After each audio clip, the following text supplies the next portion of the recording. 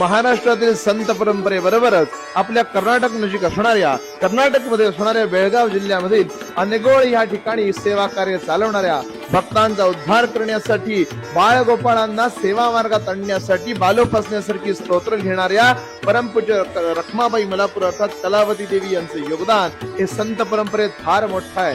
सुंदरे गुणमंदिरे करुणाकरे कमलोद्भवे म्हणून जगदंबेची प्रार्थना करणाऱ्या ज्ञान भास्करा शांती सागरा भक्त मनोहरा मुकुंदा परम उदारा भवभयहरा रखुमाईवरा सुखकंदा म्हणून आपण आणि भगवंतामधल्या नाता वर्णन करणाऱ्या बेळगाव शहरी अनगोळमाळी श्रीहरी मंदिरात ते हरी प्रत्यक्ष नांदतो काय सांगू मात म्हणून कृष्णाची भावना कृष्णाविषयी भावना व्यक्त करणाऱ्या परदेशी मी परदेशी आई बाप कोणी नाही तर मजसी अरे माय बापा दीन दयाळा तव भजनाचा मजलावी चाळा अशी आर्त भावना करणाऱ्या कलावती आईंनी अनेक बालगोपालांसाठी अनेक भक्तांसाठी कृष्णाचा मार्ग सुकर करून सेवा मार्ग सुकर करून अनेक रचना केल्या.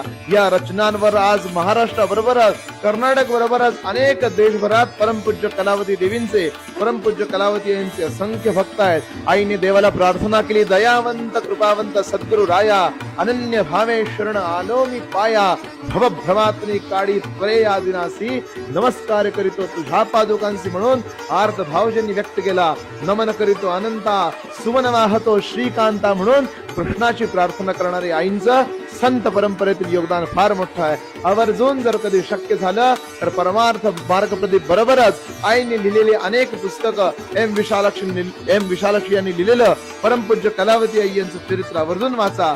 संत परंपरेतील त्यांचं योगदान आपल्याला आवर्जून दिसेल. श्री स्वामी समर्थ.